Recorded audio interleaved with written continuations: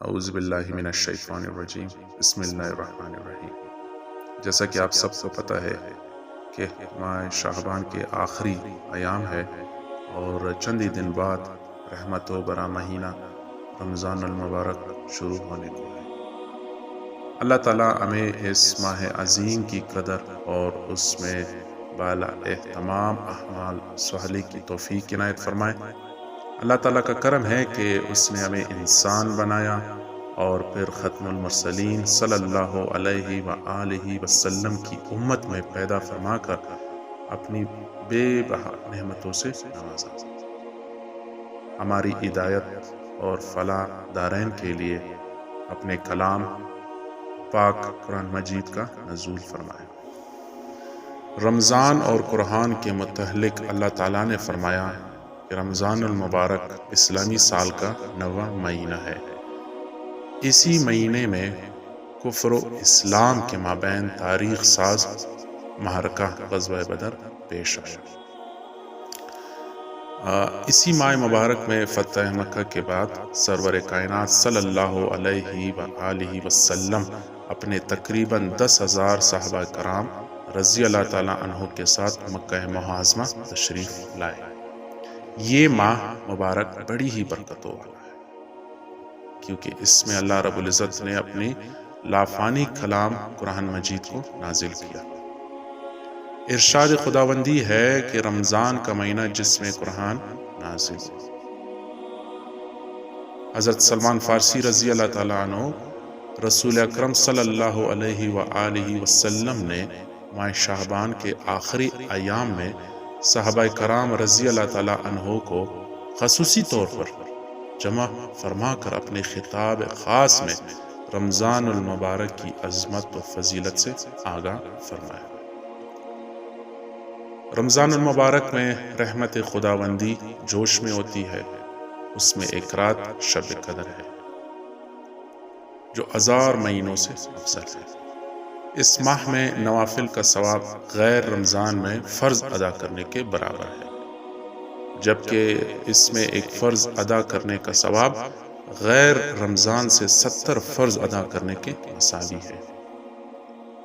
اس ماہ کا پہلا عشرہ اللہ کی رحمت کا ہے، دوسرا مغفرت کا ہے اور آخری حصہ جہنم کی آگ سے رہائی کا ہے۔ اس لیے رسول پاک صلی اللہ علیہ وآلہ وسلم نے ارشاد فرمایا کہ اس ماہ میں اپنے رب کو راضی کرنے کے لیے کلمہ طیبہ اور استغفار کثرت سے پڑھا کرو، جنت کی طلب اور جہنم کی آگ سے پناہ مانگا کرو۔ چنانچہ رحمت دو عالم ختم المرسلین صلی اللہ علیہ وآلہ وسلم کی ہدایت اور متعدد دوسری روایات میں منقول اسوہ حسنہ کی اتباع میں ہم سب کو اس عظیم بابرکت مہینے میں اللہ تعالیٰ کی خصوصی رحمتوں سے مستفید ہونے اور گناہوں کی معافی مانگنے کے لیے اپنے روزانہ کے معمول میں کچھ تغیر کر کے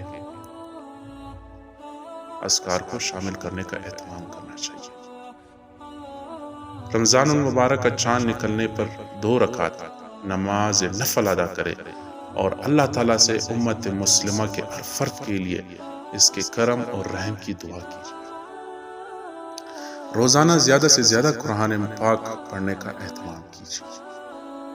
روزانہ کلمہ طیبہ کا ورد کثرت سے کیجیے، کثرت سے استغفار پڑھ کر اللہ سے گناہوں کی معافی مانگیے۔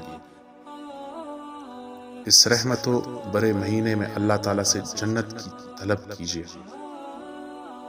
اللہ کریم کے حضور جہنم کی آگ سے پناہ مانگیے۔